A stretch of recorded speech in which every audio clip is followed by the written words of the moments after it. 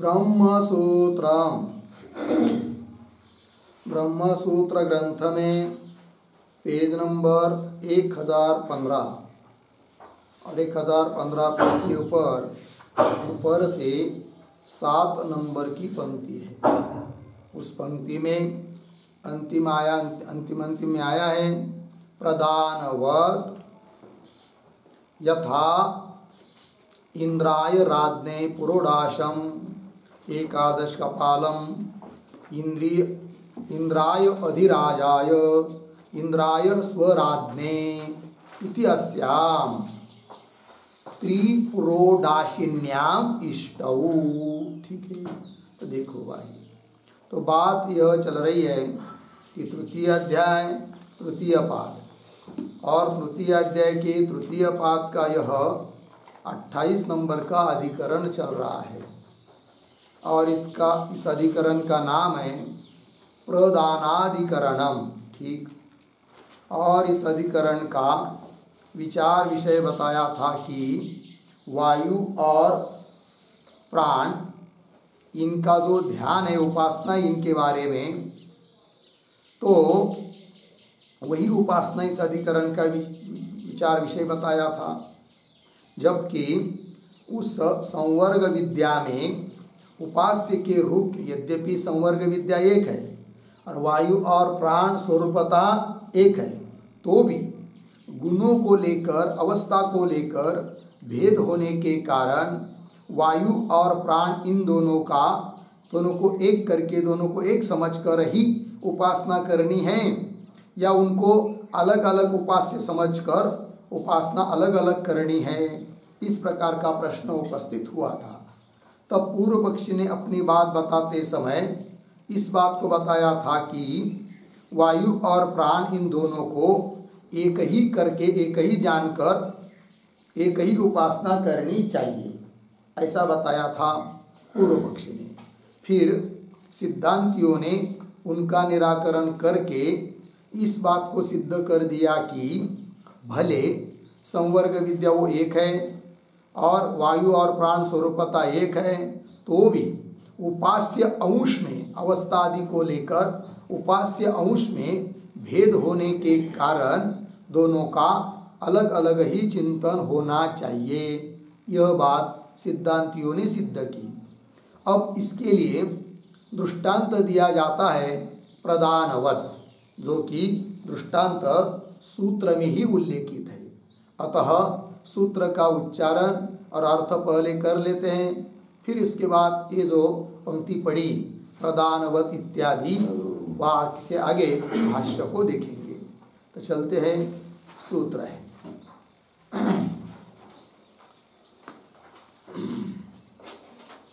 सूत्र है प्रदानवदेव तदुक्तम, प्रदानवदेव तदुक्तम। लिखते हैं सूत्र का अर्थ। तो सूत्रावतरणम बराबर संवर्ग विद्यायाम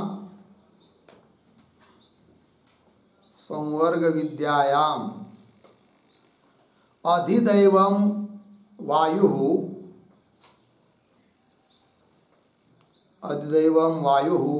उपास्यत्वेन श्रुतः,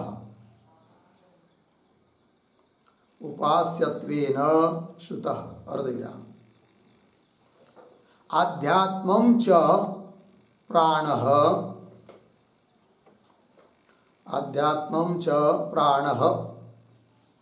उपास्यत्वेन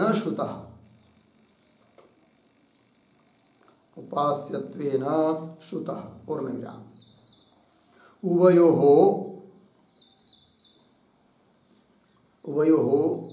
वायु प्राणयोः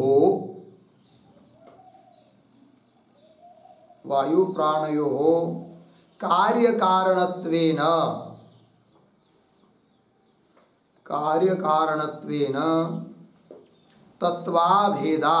तत्व अभेदात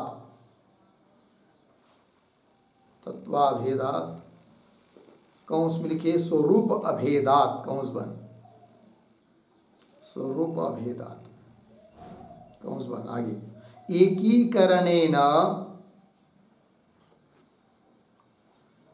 एकीकरणेन चिंतनम, चिंतनम कौंस में लिखे उपासना अभेद, उपासना अभेद कौंस बन भवति, भवति पूर्ण विराम इति एवं पूर्व पक्षे प्राप्ते, इति एवं पूर्व पक्षे प्राप्ते आह, फिर नीचे की पंक्ति में सूत्रम प्रदान वदेव तदुक्तम 3:3-43 पदच्छेद प्रदानवत एव तत् उक्तम, फिर नीचे की पंक्ति में पदार्थोक्ति,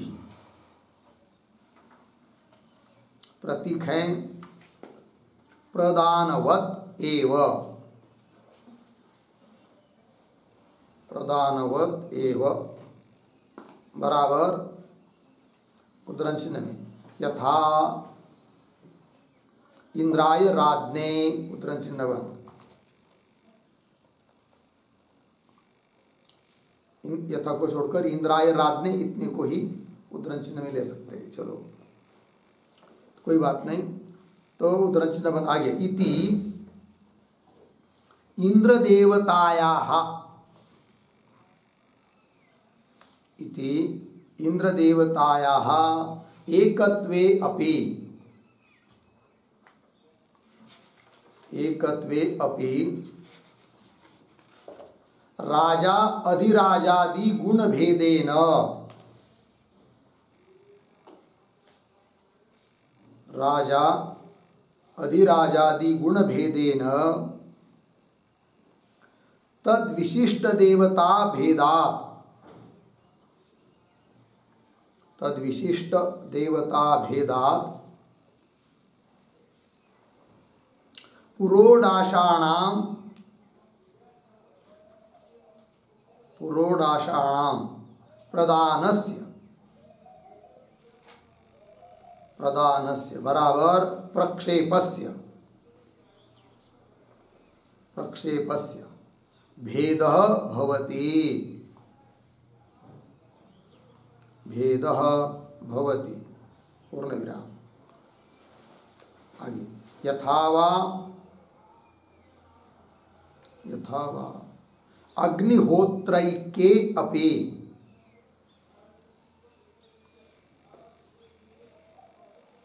अग्निहोत्रैके अपि सायं प्रातः काल भेदात्, सायं प्रातः काल भेदात् प्रयोग भेदः अस्ति, प्रयोग भेदः अस्ति पूर्ण विराम तद्वत्, तद्वत् एकस्यामपि विद्यायाम्, एकस्यामपि विद्यायां वायु प्राणयोः, वायु प्राणयोः स्वरूप अभेदे अपि, स्वरूप अभेदे अपि आध्यात्मिक आदिदैव रूप, आध्यात्मिक आदिदैव रूप अवस्था भेदेन, अवस्था भेदेन गुण भेदात्, गुण भेदात् प्रयोग भेदः, प्रयोग भेद कौंस में लिखिए उपासना भेदः कौंस बन आगे अस्ति पूर्ण विराम, फिर आगे प्रतीक तदुक्तम, तदुक्तम बराबर उद्धरण चिन्ह में नानावा देवता पृथक ज्ञानात् नाना वा देवता पृथक ज्ञानात् उद्धरण चिन्ह बन इत्यादिना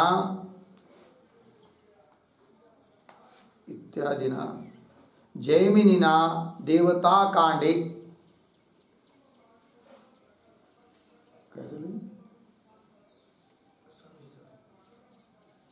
जैमिनिना देवता कांडे उक्तम भवति पूर्ण विराम। अतः तत्वाभेदे अपि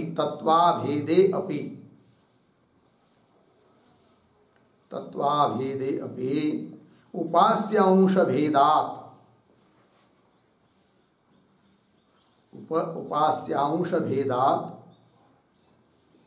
उपासना भेदः अस्ति।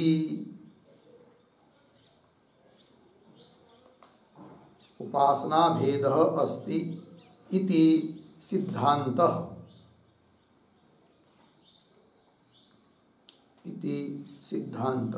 ठीक है, देखो भाई अर्थ।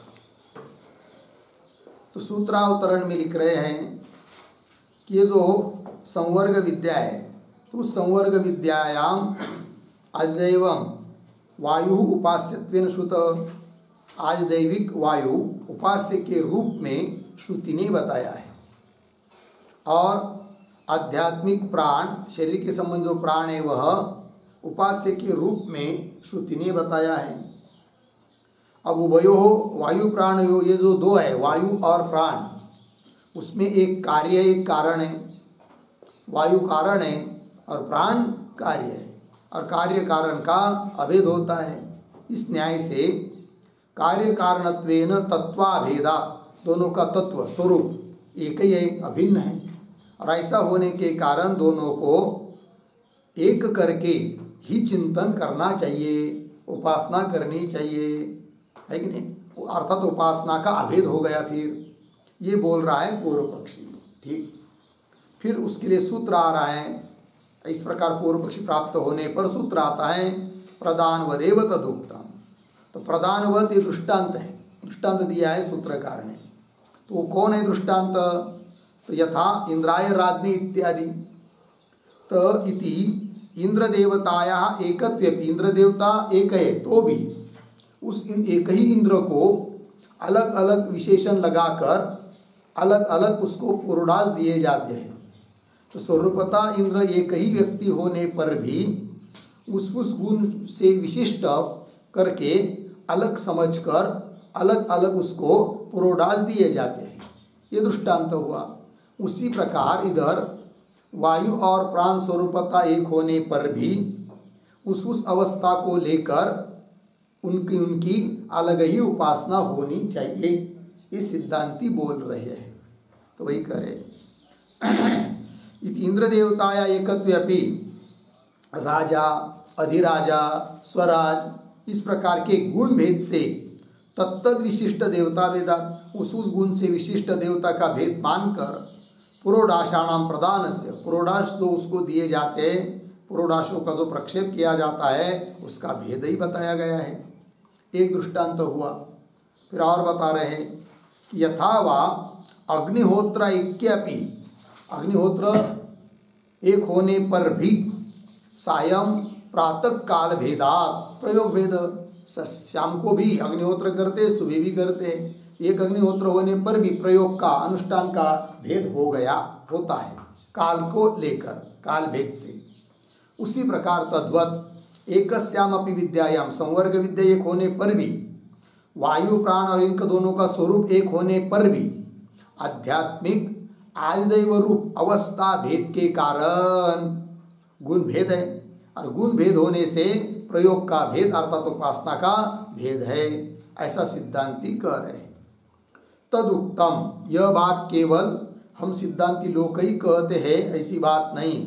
तो इस बात का स्वीकार जैमिनी महाराज ने भी किया है, जो कि पूर्व मीमांसा के मुख्य आचार्य है।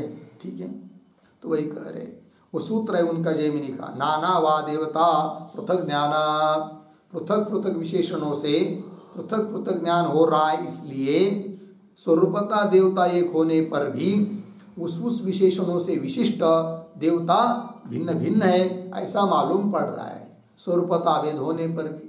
और अंश से भिन्न भिन्न है तो उसके लिए पुरोडाश वगैरह प्रदान उसका भी कर्म का भी भेद हो जाता है। ये बात इत्यादि ना जैमिनी महाराज ने देवता कांड में, जैमिनी न्यायमाला विस्तार है ना उनका ग्रंथ, तो जैमिनी ना देवता कांडे उक्तम भवति अतः तत्वाभेदे अपि तत्व का वस्तु स्वरूपता भेद होने पर भी उपास्य अंश भेदात, उपास्य रूप जो अंश है उसका भेद होने के कारण उपासना का भेद है यह सिद्धांत। ठीक है, चलते हैं आगे। अब आगे आएंगे भाष्य में।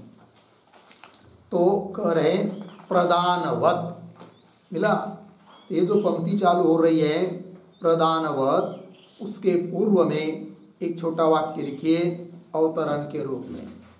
इदानीम सौत्रम दृष्टान्तम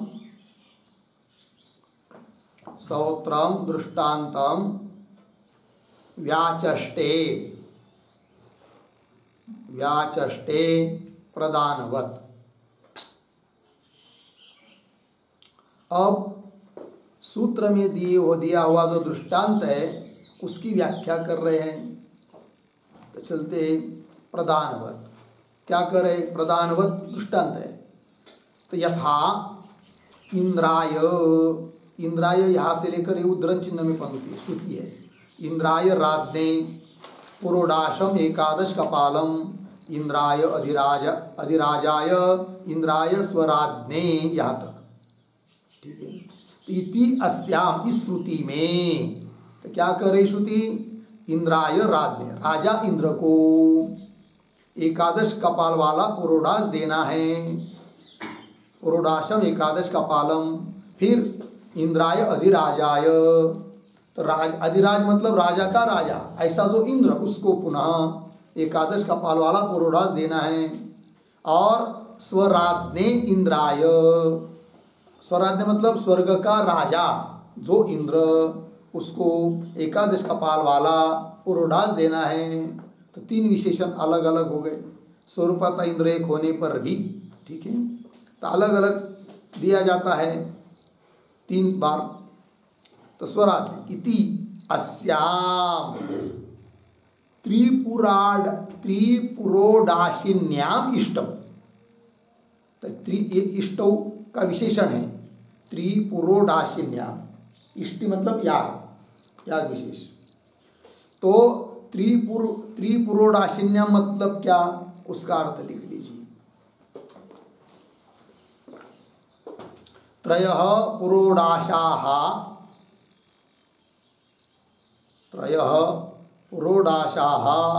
यस्याम इष्टौ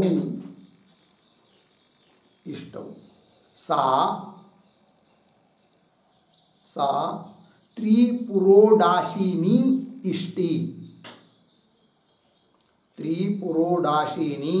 इष्टि अर्धविराम तस्याम त्रिपुरोडाशिन्याम। ठीक है, देखिए भाई अर्थ। तत्रयः पुरोडाशाः, 3 पुरोडाश, यस्याम इष्टौ, जिस इष्टि में है उस इष्टि का नाम है त्रिपुरोडाशिनी इष्टि। फिर सप्तमी कर दिया तो इस प्रकार के त्रिपुरोडाशिनी इष्टि में क्या जी, तब आगे सर्वेषाम अभिगमयन अवद्यति अच्छम वट्कारम इति अतः वचनात् इंद्राभेदाच्च सह प्रदान आशंकायाम। ठीक है, तो यहाँ तक जो पढ़ा ना आशंकायाम तक, सर्वेशाम से लेकर, ये पूर्व पक्षी का ग्रंथ है। अतः सर्वेशाम के पीछे एक वाक्य लिख लीजिए अवतरण के रूप में। लिखते हैं तस्याम इष्टौ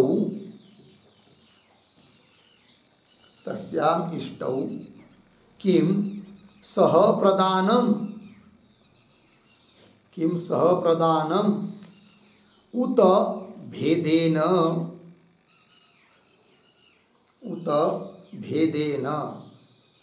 इति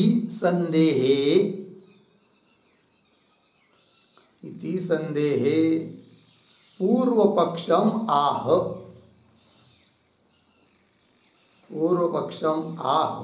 सर्वेषाम इति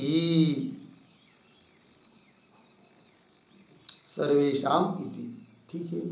देखिए भाई अर्थ तो तस्याम इष्टौ कुश त्रिपुरोडाशिनी इष्टि में किम क्या सह प्रदानम साथ साथ एक ही समय में वो 3 पुरोडाश दे देने हैं इंद्र को, अथवा भेदेन अलग अलग काल में अलग अलग रूप से भेदेन, ऐसा संदेह होने पर पूर्व पक्षी अपनी बात बोल रहा है।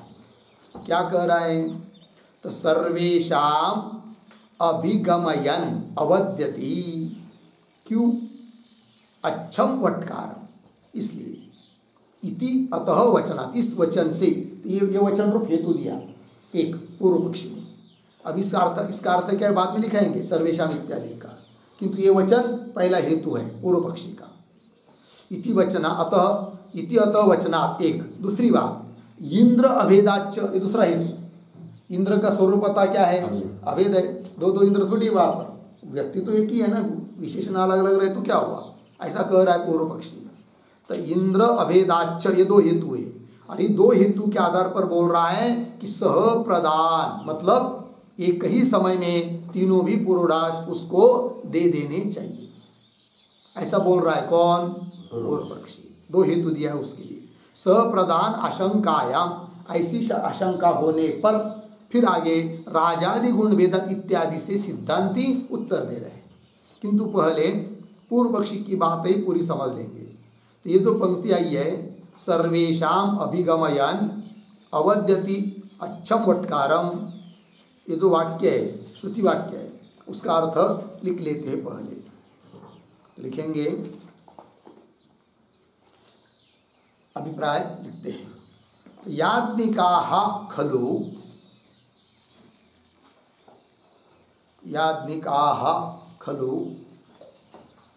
अस्याम इष्टौ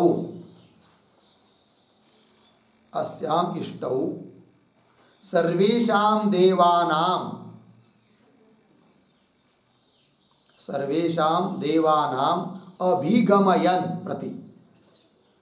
अभिगमयन बराबर प्रापयन अपर्यायेन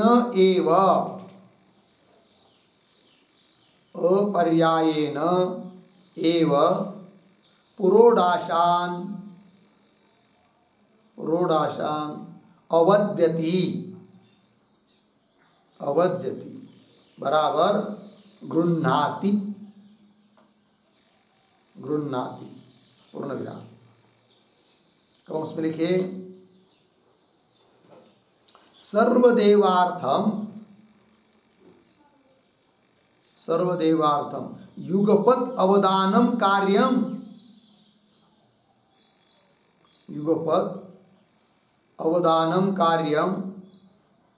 इत्यत्र हेतुम आह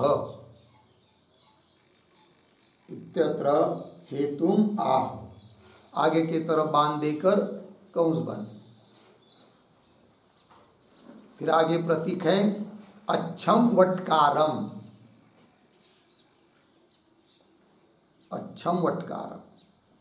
बराबर अव्यर्थत्वाय इत्यर्थः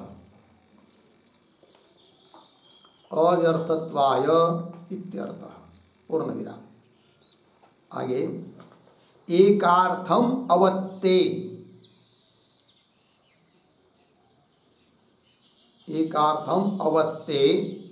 कौंस में लिखिए प्रवृत्त किए गए कौंस बंद।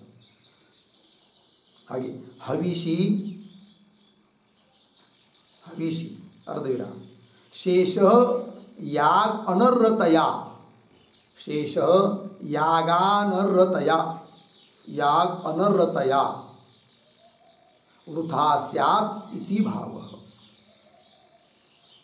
वृथा स्यात् इति भावः पूर्ण विराम कौंस में लिखिए सभी देवता के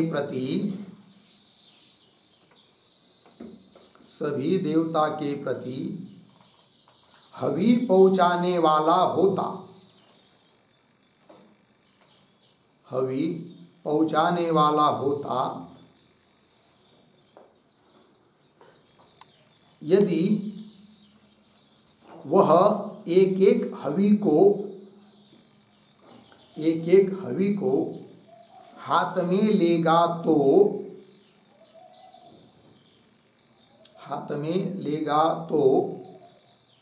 उन पुरोडाशों में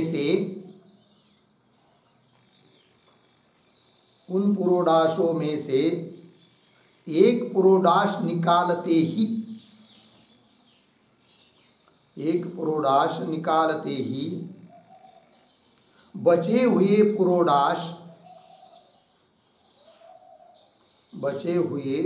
पुरोडाश उच्चिष्ट जैसे होने से वे देवताओं को देने के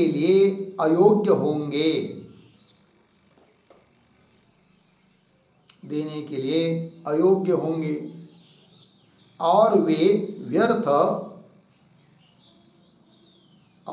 व्यर्थ हो जाएंगे।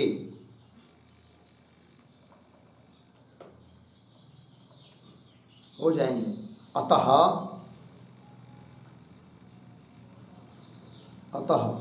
कौंस में लिखिए बचे पुरोडाश व्यर्थ न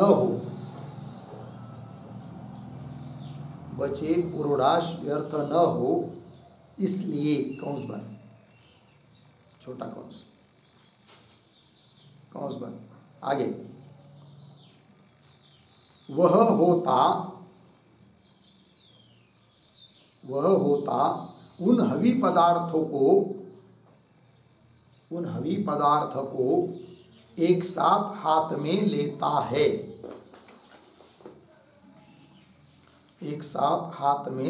है ठीक है। चलिए भाई अर्थ देखिए तो जो मूल पंक्ति आई है सर्वेषाम अभिगमयन अवद्यति अच्छम वटकारम इसका अभिप्राय लिख दे रहे हैं जो कि पूर्व पक्षी के लिए अभिप्रेत है। क्या तो याज्ञिक लोग खलु अव्यय है निश्चय पूर्वक क्या करते हैं अस्याम इष्टौ इस इष्टि में सर्वेषाम देवानाम अभिगमयन मतलब प्रापयन सभी देवताओं को प्राप्त कराते हुए हवि पदार्थ वगैरह अपर्यायेण एव पुरोडाशान अवद्यति नाम गृह्णाति। अपर्यायन मतलब एक साथ क्रम से नहीं पर्यायन का मतलब होता है एक के बाद एक क्रम से ऐसा नहीं एक साथ ही हाथ में लेते सभी के सभी पुरोडाश भले देते समय वो अलग अलग मंत्र बोलकर देते हैं तो अपर्यायन एव पुरोडाशान अवद्यति नाम गृह्णाति ठीक है। तो आगे सर्वदेवार्थम सभी देवताओं के लिए युगपत अवदानम कार्यम सभी देवताओं को देने के लिए वो सभी पुरोडाश एक ही समय में हाथ में सब के सब हाथ में लेनी चाहिए है युगपत अवदानम कार्यम ग्रहण का कार्य करना चाहिए। इत्यत्र कारण क्या इत्यत्र हेतु दे रहे हैं क्या कारण है भाई अच्छम वटकारम ये हेतु है। अच्छम वटकारम का अर्थ होता है अव्यर्थत्वा इत्यर्थ अर्थात व्यर्थ न हो। कैसे व्यर्थ हो जाते हैं यदि एक साथ हाथ में नहीं लेंगे तो तब आगे कह रहे एकार्थम अवत्ते है कि नहीं मतलब एक के लिए ही प्रवृत्त किए गए हविष पदार्थ में समझ लीजिए हविष पदार्थ पुरोडाश वगैरह बहुत सारे हैं और उसमें से एक को लेंगे हाथ में बाकी को नहीं लेंगे तो वो बाकी के क्या हो जाते हैं उच्चिष्ट जैसे हो जाते हैं उसमें से एक उठाया इसलिए तो उच्चिष्ट होंगे तो वो देने के लिए योग्य नहीं रहते हैं अतः व्यर्थ हो जाते हैं। ऐसा न हो इसलिए एक साथ हाथ में लेते हैं, यह अर्थ है। एकार्थम अवत्य हविषि शेष याग अनर्रतया, बाकी के बचे हुए हविष पदार्थ याग के लिए योग्य न रहने से वृथा से आप व्यर्थ होंगे। तो उसी का स्पष्टीकरण कर दिया आगे कि सभी देवता के प्रति हविष पदार्थों को पहुंचाने वाला जो होता है ऋत्विज विशेष, वह यदि एक एक हविष को हाथ में लेगा तो क्या होगा, एक में लिया तो बाकी बच गए नीचे। तो जैसे भोजन में से एक ग्रास निकाल लिया तो बाकी का उचिष्ट जैसा माना जाता है, उस प्रकार बाकी के बचे हुए पुरोडाश आदि हविष पदार्थ उचिष्ट जैसे होंगे। वही कह रहे, हाथ में लेगा तो उन पुरोडाशों में से एक पुरोडाश निकालते ही बचे हुए पुरोडाश उचिष्ट जैसे होने से वे देवताओं के देने के लिए अयोग्य होंगे, अयोग्य होंगे तो व्यर्थ हो जाएंगे। अतः इसलिए वो व्यर्थ न हो, इसलिए वह क्या करता है, उन सभी हवि पदार्थों को होता एक साथ हाथ में लेता है कि नहीं। तो वही कह रहे, एक साथ हाथ में लेता है तो एक साथ प्रदान करेगा फिर, है कि नहीं। एक साथ प्रदान जैसा हो गया। ये बोल रहा है कौन, पूर्व पक्षी। पंक्ति देखिए, सर्वेशाम अभिगमयन, सभी को, सभी देवताओं को उन हवि पदार्थों को पहुंचाता हुआ एक साथ हाथ में लेता है, क्योंकि वो व्यर्थ न हो जाए इसलिए। इति अतः वचनात्, ये वचन है, इस वचन के आधार पर बोल रहा है पूर्व पक्षी। और इंद्र का स्वरूपता अभेद होने पर भी बोल रहा है पूर्व पक्षी। क्या बोल रहा है, सह प्रदान, साथ साथ ही सभी को देना चाहिए, ये पूर्व पक्षी का अभिप्राय हुआ। ठीक है, ये जो अतः इत्यादि पंक्ति है ना, अभी आया अतः वचनात्, अतः के पहले भी एक वाक्य लिख लेते हैं। उक्त वाक्यात्, उक्त वाक्यात् सर्वार्थ सह प्रदान, सर्वार्थ सह अवदान श्रुते, सर्वार्थ सह अवदान श्रुते, अवदान श्रुते है। आगे, देवतायाम भेदाभावाच्च, देवतायाम भेद अभावाच्च, भेद अभावाच्च त्रयाणाम पुरोडाशाणाम, त्रयाणाम पुरोडाशाणाम सह प्रदानम प्राप्तम, सह प्रदानम प्राप्तम इति आह अतः इति, इति आह अतः इति। अर्थ देखिए भाई, तो उक्त वाक्यात मतलब सर्वेशाम अभिगमयन अवद्यति अच्छम वटकारम, इस वाक्य से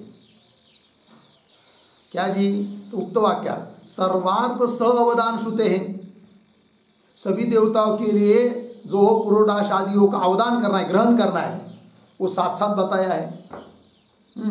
किंतु प्रदान थोड़ी साथ साथ बताया, लेकिन पूर्व पक्षी समझ रहा है कि अवदान ग्रहण करने के लिए साथ साथ बताया ना, तो साथ साथ ही प्रदान होगा, फिर देना होगा।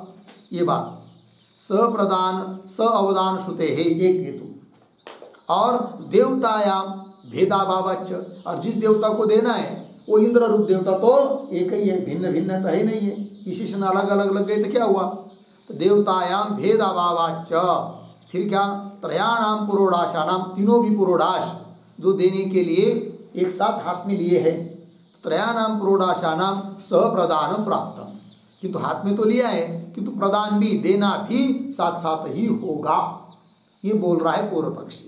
वही बात कही जा रही है अतः इत्यादि पंक्ति से, पूर्व पक्षी की बात है। तो अतः वचनात्, इस वचन से, और इंद्र अभेदाच्च, इंद्र का स्वरूपताभेद होने के कारण सह प्रदान आशंकाया, साथ साथ देना चाहिए, ऐसी शंका उपस्थित होने पर उत्तर दे रहे, राजादि गुण भेदात् याज्या अनुवाक्या व्यत्यास विधानाच्च यथा न्यासम एव देवता पृथक्त्वात् प्रदान पृथक्त्वं भवति। हो गया जी। चलिए, ये जो पंक्ति चालू हुई है राजादि गुण भेदात इत्यादि, उसके पूर्व में एक वाक्य लिखिए अवतरण के रूप में लिखेंगे, एवं एवं सह अवदान श्रुते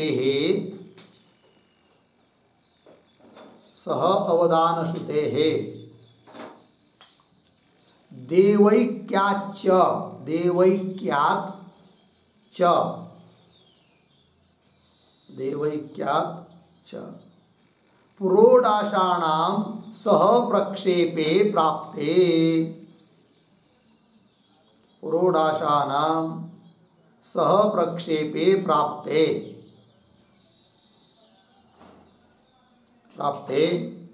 पृथक प्रक्षेपः इति सिद्धांतम आह,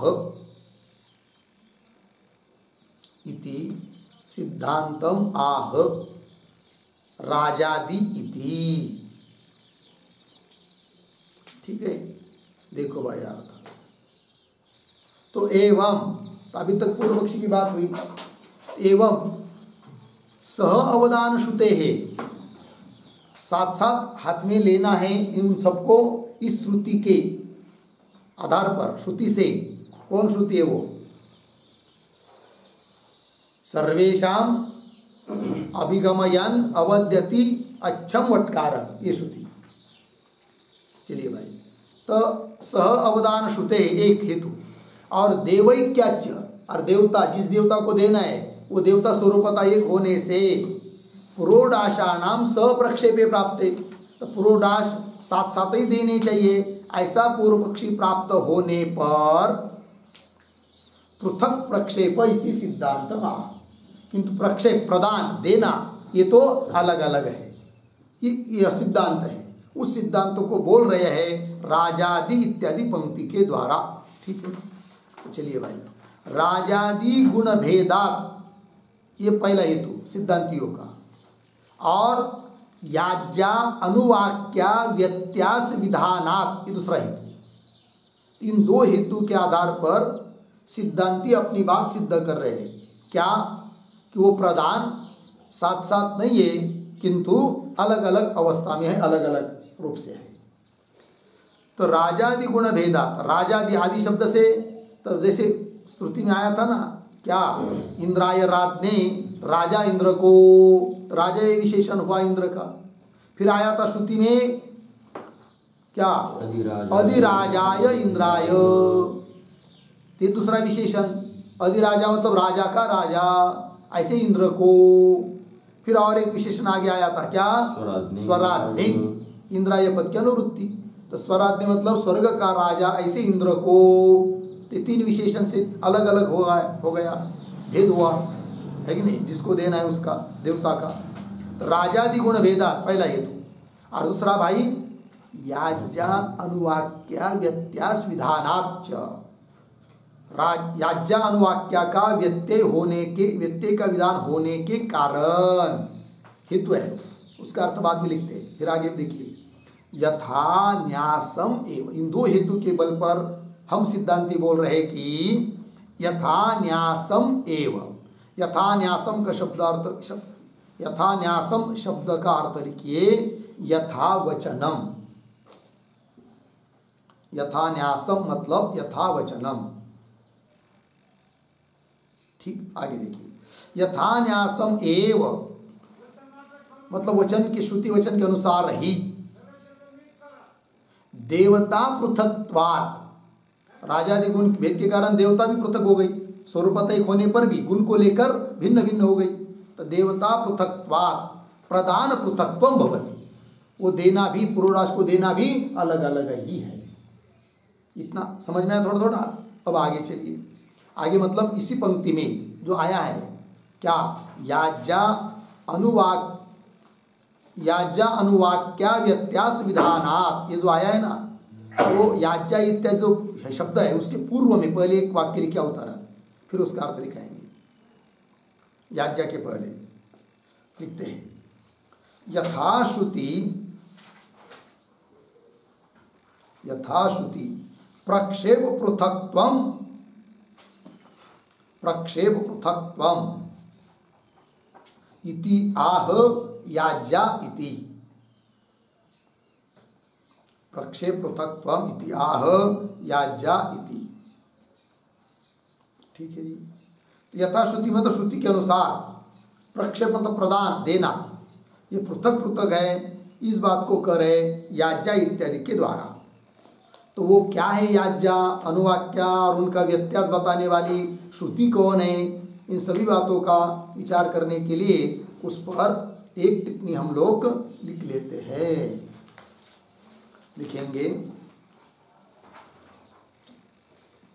उद्धरण चिन्ह में, मंत्र बोलो,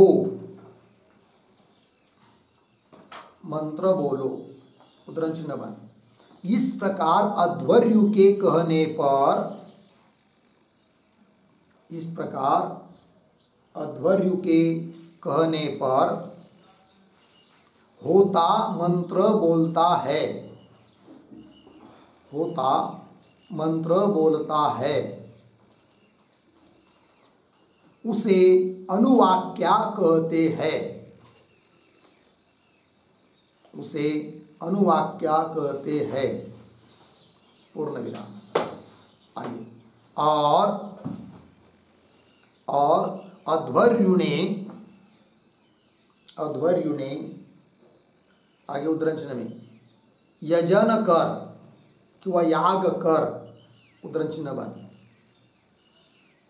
यजन कर ऐसा कहने पर, ऐसा कहने पर होता जो है वह, होता जो है वह मंत्र बोलकर हवि देता है, मंत्र बोलकर हवि देता है, उसे याज्ञा कहते हैं, उसे याज्ञा कहते हैं। पूर्ण विराम।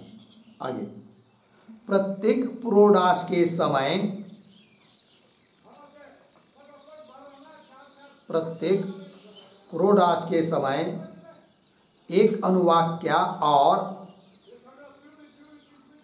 एक अनुवाक्या और एक याज्ञा, एक याज्ञा, इस प्रकार दो मंत्रों का उपयोग किया जाता है। इस प्रकार दो मंत्रों का उपयोग, दो मंत्रों का उपयोग किया जाता है। पूर्ण विराम। अब यहाँ उद्धरण चिन्ह में, हे इंद्र, हे इंद्र, तू पूर्व दिशा का राजा है, तू पूर्व दिशा का राजा है, उद्धरण चिन्ह में इत्यादि 3 मंत्र है, इत्यादि 3 मंत्र है। पूर्ण विराम। उसमें प्रथम मंत्र की, उसमें प्रथम मंत्र की प्रथम पुरोडाश के समय, प्रथम पुरोडाश के समय अनुवाक्या करे, अनुवाक्या करे, और दूसरे मंत्र की, और दूसरे मंत्र की याज्ञा करे, याज्ञा करे। पूर्ण विराम। तथा द्वितीय पुरोडाश के समय, तथा द्वितीय पुरोडाश के समय दूसरे मंत्र की अनुवाक्या करे, दूसरे मंत्र की अनुवाक्या करे, और तृतीय मंत्र की याज्ञा करे, और तृतीय मंत्र की याज्ञा करे। पूर्ण विराम। उसी प्रकार तृतीय पुरोडाश के समय, तृतीय पुरोडाश के समय तृतीय मंत्र की अनुवाक्या करे, अनुवाक्या करे और प्रथम मंत्र की याज्ञा करे, याज्ञा करे पूर्ण विराम। इस प्रकार याज्ञा और अनुवाक्या, याज्ञा और अनुवाक्या इनकी अदला बदल करनी चाहिए, इनकी अदला बदल करनी चाहिए, ऐसा कहा है, ऐसा कहा है पूर्ण विराम। आगे, इससे निश्चय होता है कि, इससे निश्चय होता है कि पुरोडाशों को एक साथ हाथ में लेने पर भी, एक साथ हाथ में लेने पर भी प्रदान पृथक ही किया जाता है, पृथक ही किया जाता है पूर्ण विराम। ठीक है, नीचे की पंक्ति में लिखिए व्यत्यास विधान प्रतीक, व्यत्यास विधानात् बराबर त्रिपुरोडाशिन्याम इष्टौ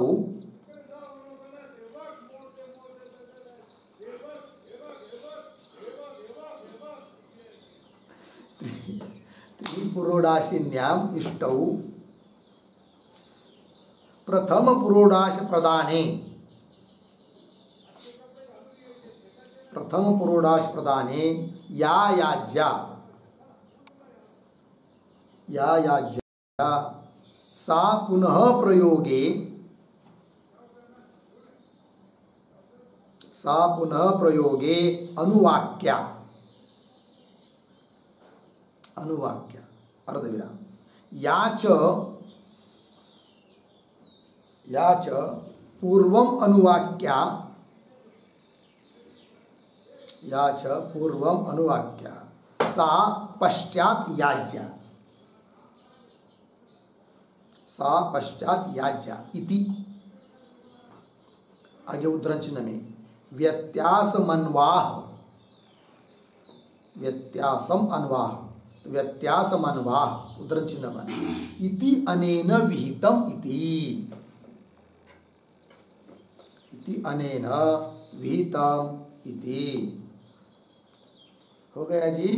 चलिए भाई तो देख लीजिए, अर्थ सरल है तो अनुवाद करके बता दिया। मंत्र बोले है कि नहीं, ऐसा अध्वर्यु कहता है होता को, है कि नहीं, तो वहाँ पर सब संस्कृत अनुवाद करके स्पष्ट कर दिया।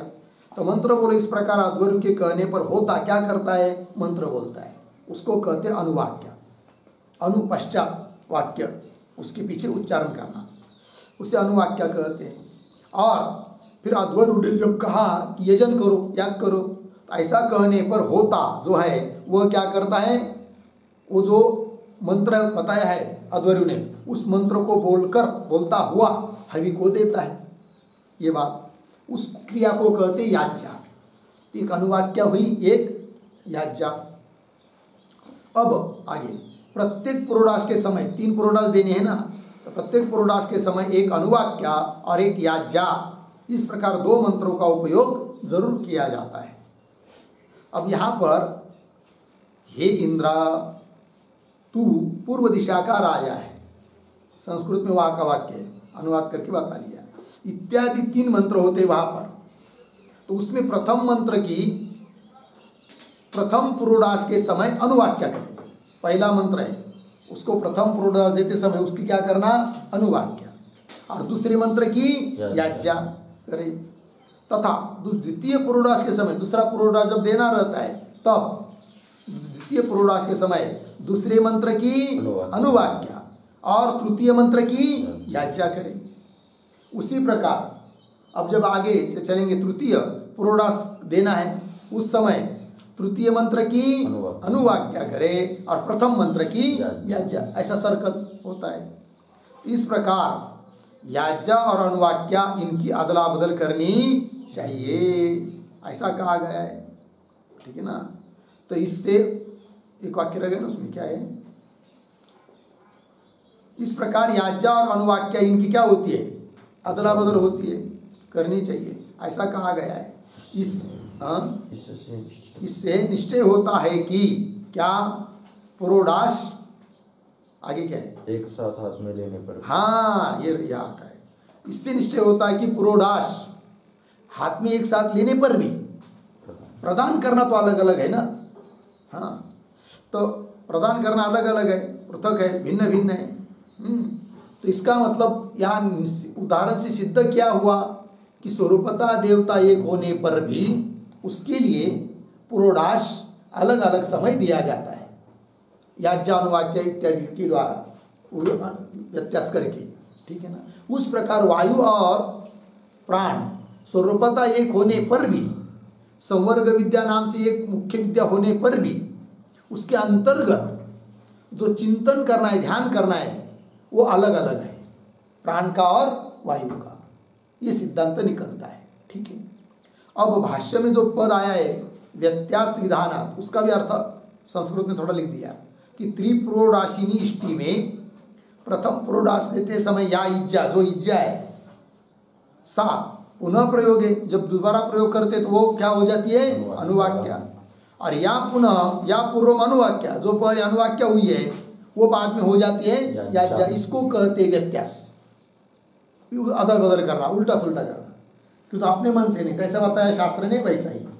और इसका व्यत्यास का विधान कौन श्रुति ने किया है, तो वो श्रुति भी आपको लिख के दिया, व्यत्यासम अनुवाह, ये वो श्रुति है, व्यत्यासम अनुवाह, इसके द्वारा वो व्यत्यास विहित है। होगा इतना।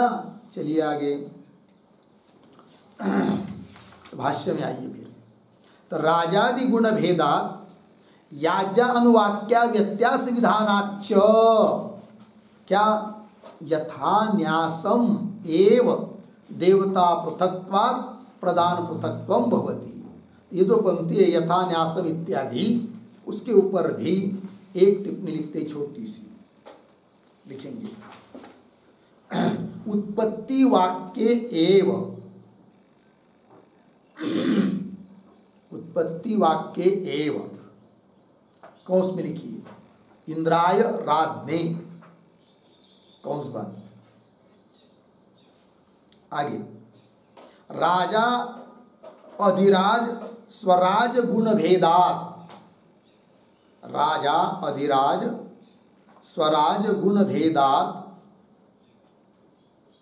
गुण भेदात् यथा न्यासम प्रतीक, यथा न्यासम बराबर यथा वचनम, यथा वचनम हो गया ना। फिर आगे प्रतीक देवता पृथक्त्वात्, प्रतीक है, प्रतीक देवता पृथक्त्वात् बराबर तद्दत् तत्तत् गुण विशिष्ट देवता भेदात्, तत्तद गुण विशिष्ट देवता भेदात्।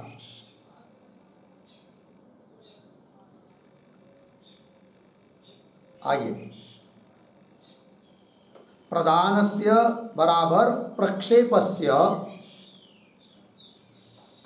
प्रक्षेपस्य पृथक्त्वं भवति इत्यर्थः, पृथक्त्वं भवति इत्यर्थः। ठीक है। देखिए भाई अर्थ, तो उत्पत्ति वाक्य में ही, उत्पत्ति वाक्य का मतलब होता है उत्पत्ति विधि, जिसमें कर्म का स्वरूप बताया है, विधान किया गया है, उसको कहते हैं उत्पत्ति विधि। उस उत्पत्ति वाक्य में ही आया है भेद। क्या? इंद्राय राधने पुरोडाशम एकादश का पालन। फिर पुनः आया इंद्राय अधिराजाय, गुण का भेद, पुनः इंद्राय स्वराज्ञे, इस प्रकार। तो राजा, अधिराज, स्वराज गुण भेदात, गुणों का भेद होने के कारण उत्पत्ति वाक्य में ही यथा न्यासम मतलब यथा वचनम, वचन के अनुसार, श्रुति के अनुसार। क्या देवता का भेद है, मतलब तत्त गुण विशिष्ट देवता का भेद, स्वरूपता देवता एक होने पर भी उस गुण को लेकर भेद है। इसलिए प्रधान से नाम प्रक्षेपस्य पृथक्त्वं भवति इत्यर्थ। ठीक है, बात पंक्ति में लिखी भाष्य में। तो राजादि गुण भेदा याज्ञानुवाक्या व्यत्यास विधानाच्च यथा न्यासम एव देवता पृथक्त्वात् प्रधान पृथक्त्वं भवति। हो गया, ये सिद्धांति ने कह दिया। आगे चलिए। एवं तत्वाभेदे अपि आधेयांश पृथक्त्वात् आध्यान पृथक्त्वम इत्यर्थः। अब कौन बात कही जा रही है? ये जो एवं इत्यादि पंक्ति है उसके पूर्व में एक वाक्य लिखिए छोटा सा अवतरण के रूप में। तो लिखते हैं छोटा सा, दाष्टान्तिकम आह, बस दाष्टान्तिकम आह एवं इति। मतलब अभी तो दृष्टांत बताया, अब दाष्टान्त अर्थात सिद्धांत बता रहे जिसके लिए दृष्टांत दिया गया है। तो कह रहे एवं इस प्रकार, मतलब इस प्रकार के दृष्टांत के अनुसार तत्वाभेदे अपि, तत्वतः स्वरूपतः अभेद होने पर भी आधेय अंश पृथक्त्वा, आधेय मतलब ध्यान करने योग्य अंश भिन्न भिन्न होने के कारण, पंचमी, ये जो शब्द है आधेय अंश पृथक्त्वात्, इसका अर्थ लिखिए अध्यात्मादि अवस्था भेद विशिष्ट, अध्यात्मादि अवस्था भेद विशिष्ट उपास्य अंश भेदात्। आधेय अंश का मतलब होता है उपास्य अंश, तो उपास्य अंश भेदात् ऐसा अर्थ हुआ। ठीक है, अब देखिए पंक्ति, एवं तत्वाभेदे भी, स्वरूपता भेद होने पर भी आधेय अंश उपास्य अंश अर्थात आध्यात्मादि अवस्था भेद विशिष्ट जो उपास्य अंश है उसका भेद होने के कारण, पृथक होने के कारण आधेय अंश पृथक्त्वात्, वो अंश उपास्य अंश भिन्न भिन्न होने से आध्यान पृथक्त्व, आध्यान मतलब ध्यान अर्थात चिंतन अर्थात उपासना, वो भी क्या है, भिन्न भिन्न है, आध्यान पृथक्त्वम इत्यर्थ। ठीक है, चलिए आगे। फिर पूछेंगे सिद्धांतियों को, यह निर्णय आप अपने मन से ले रहे क्या, या आपके कहने के लिए कोई आधार है, प्रमाण है? तब बोल रहे सिद्धांति, तदुक्तम संकर्षे, तदुक्तम प्रतीक है, सूत्रस्थ पद है, तो यह बात कही है, कहा संकर्षे। संकर्षे शब्द का अर्थ लिखिए देवता कांडे, संकर्ष कांड देवता कांडे कहता है पूर्व में होसा। और ये जो वाक्य चालू हुआ तदुक्तम, उसके पूर्व में एक वाक्य लिखिए छोटा सा अवतरण, उक्ते अर्थे, उक्ते अर्थे देवता कांडस्थम, देवता कांडस्थम अधिकरणम, अधिकरणम प्रधान भेद विषयम, प्रधान भेद विषयम उदाहरति, उदाहरति तद इति, तद इति। ठीक है, देखिए वह अर्थ, तो उक्ते अर्थे, ठीक है ना, उक्ते अर्थे अभी तक जो अर्थ बताया उसमें देवता कांड में विद्यमान जो अधिकरण है, किस विषय को लेकर, प्रधान भेद विषयम, प्रदान देना उसका भेद है, इस विषय को बताने वाला जो देवता कांड में अधिकरण है उसको उदाहरण के रूप में दे रहे हैं। तदुक्तम संकर्षे नाम देवता कांड है। क्या कहा है वहाँ पर, तो वहाँ का सूत्र दे रहे हैं, नाना वा देवता पृथक ज्ञानात् इति, ये वहाँ का सूत्र है। इस सूत्र का भी थोड़ा सा अर्थ लिख लेते हैं हम लोग। तो चलते हैं, लिखते हैं, वा शब्द अवधारणे, अवधारणे पूर्ण विराम, आगे प्रतीक नाना एव देवता, नाना एव देवता, आगे कंस में लिखिए तत्र हेतुम आह, तत्र हेतुम आह, आगे की तरफ बांध देकर कंस बंद, फिर आगे प्रतीक पृथक ज्ञानात्, पृथक ज्ञानात् बराबर उत्पत्ति वाक्य एव, उत्पत्ति वाक्य एव राजा अधिराजादि गुणानां, राजा अधिराजादि गुणानां भेद अवगमात्,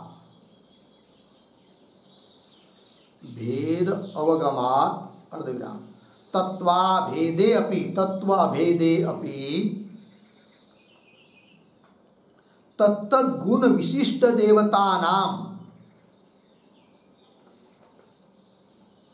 तत्तद्गुण विशिष्ट देवतानां पृथक्त्वस्य, पृथक्त्वस्य युक्तत्वात्, युक्तत्वात् पूर्ण विराम, आगे तथा वायु प्राणयोः, वायु प्राणयोः तत्वतः अभेदे अपि, तत्वतः अभेदे अपि उपास्य अंशस्य पृथक्त्वात्, उपास्य अंशस्य पृथक्त्वात् उपासना भेदः अस्ति, उपासना भेदः अस्ति पूर्ण विराम इति सूत्रकाराणाम् अभिप्रायः भवति, इति सूत्रकाराणाम् अभिप्रायः भवति। ठीक है, देखो भाई अर्थ। तो सूत्र में वा शब्द जो आया है वो अवधारण के लिए निश्चयवाचक है। क्या निश्चय बताना है, नाना एव देवता, देवता नाना है, निश्चित है।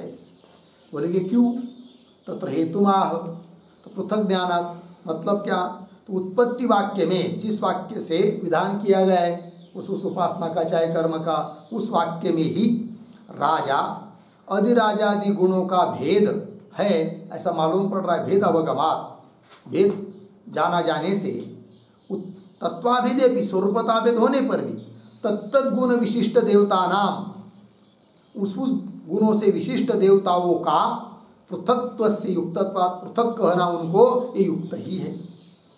ये दृष्टांत हुआ। फिर तथा वायु प्राणयो, वायु और प्राण का स्वरूपता भेद होने पर भी उपास्य जो अंश है वो अलग अलग होने से उपासना भेद है, ऐसा सूत्रकारों का अभिप्राय है। हो गया जी, चलिए आगे भाष्य में। तो नाना वा देवता पृथक ज्ञानात् इति हो गया इतना। आगे चलिए, तत्र तु द्रव्य देवता भेदात् याग भेद विद्यते अर्धविराम, न एवं यह विद्या भेद अस्ति अर्धविराम। क्यों, उपक्रम उपसंहाराभ्याम अध्यात्मादिदैवोपदेशेषु एक विद्या विधान प्रतीते है। ठीक है, अब देखो थोड़ा समझ लेते हैं। ये तो पंक्ति है ना, तत्र तु, तत्र तु के पूर्व में एक वाक्य लिख लेते हैं, अवतरण के रूप में लिखेंगे। दृष्टान्ते देवता द्रव्य भेदात्, देवता द्रव्य भेदात कर्म भेदवत इह अपि वायुः प्राणः इति शब्दात् देवता भेदेन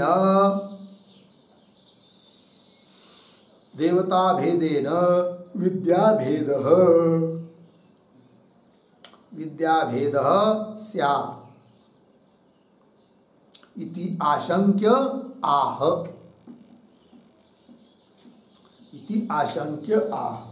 तत्र इति।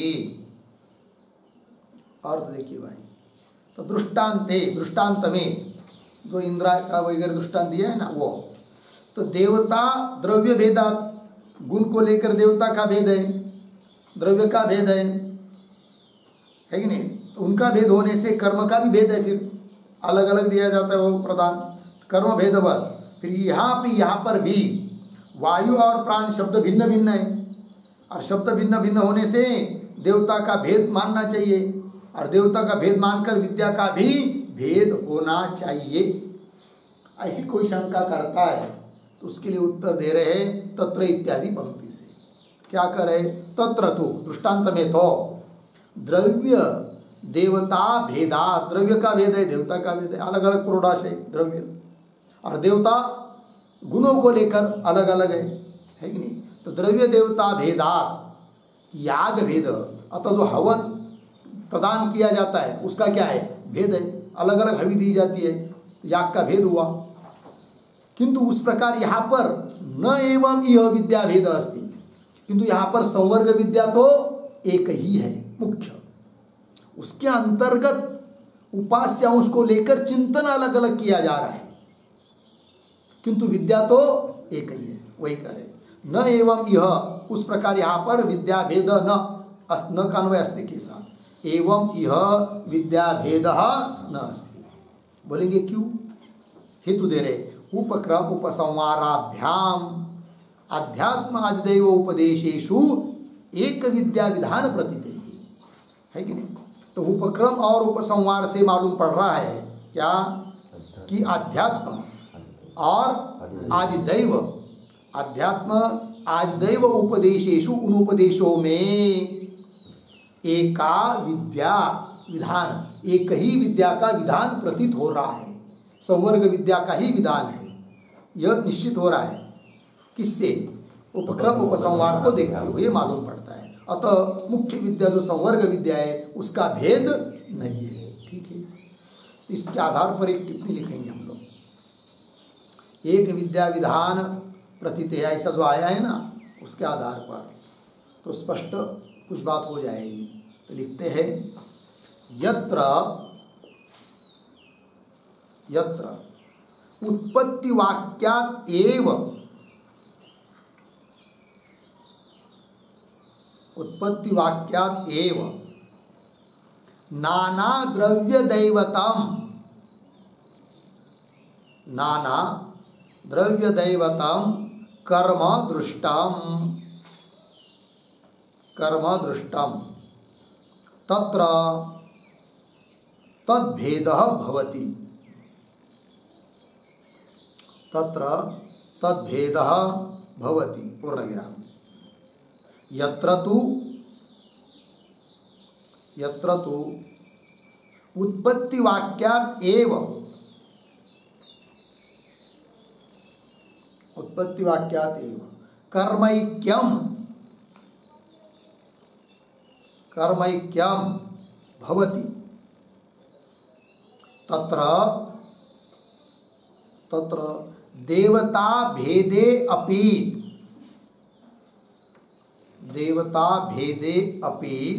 न कर्म भेदः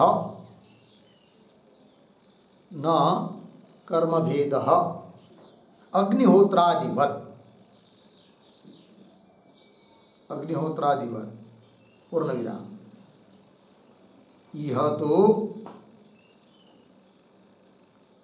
यह तो अग्निहोत्रादिवत एव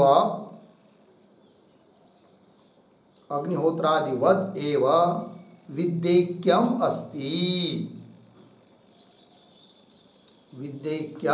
अस्ति इत्यर्थः। ठीक है, देखिए भाई अर्थ, यत्र जहाँ पर उत्पत्ति वाक्य, विधायक वाक्य, विधान, कर्म का विधान करने वाला, उपासना का विधान करने वाला वाक्य, विधि वाक्य,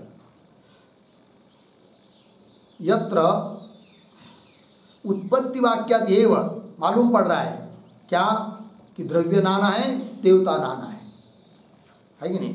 तो नाना द्रव्य नाना देवता वाला कर्म यदि प्रतीत हो रहा है उत्पत्ति वाक्य से, तो वहां पर तो तद भेद भवति, वहां पर तो कर्म का भेद हो जाता है, क्योंकि उत्पत्ति वाक्य में ही द्रव्य देवता का भेद मालूम पड़ रहा है, वहां तो कर्म का भेद हो जाता है।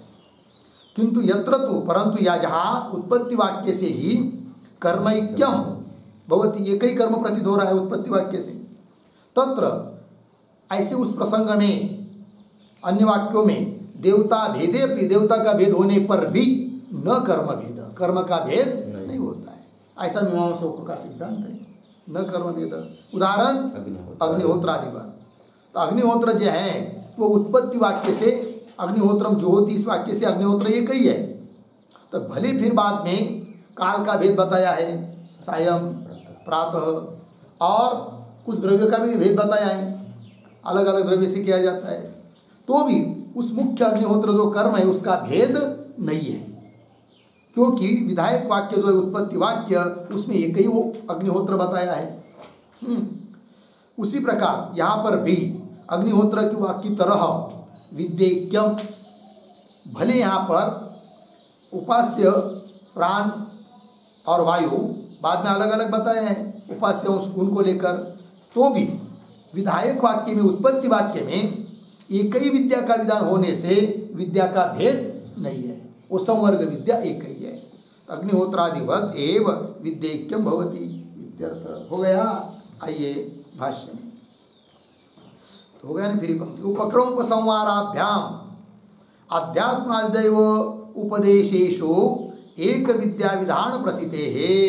ठीक है, आगे चलिए। विद्येके अपि तु अध्यात्म आद्यैव भेदात् प्रवृत्ति भेद भवति। विद्या का भेद नहीं है, किंतु प्रवृत्ति का भेद है। क्यों? अध्यात्म आदिदेव का भेद होने के कारण। ठीक है ना, अग्निहोत्र एक ही है, किंतु शाम को करते, सुबह करते, प्रवृत्ति का भेद है, कर्म तो एक है। उस प्रकार विद्येके भी, ये जो पंक्ति चालू हुई ना विद्येके भी, उसके पूर्व में एक वाक्य लिखिए छोटा सा अवतरण के रूप में, तर्हि केन साम्येन प्रदानस्य दृष्टान्तत्वम् इति अतः आह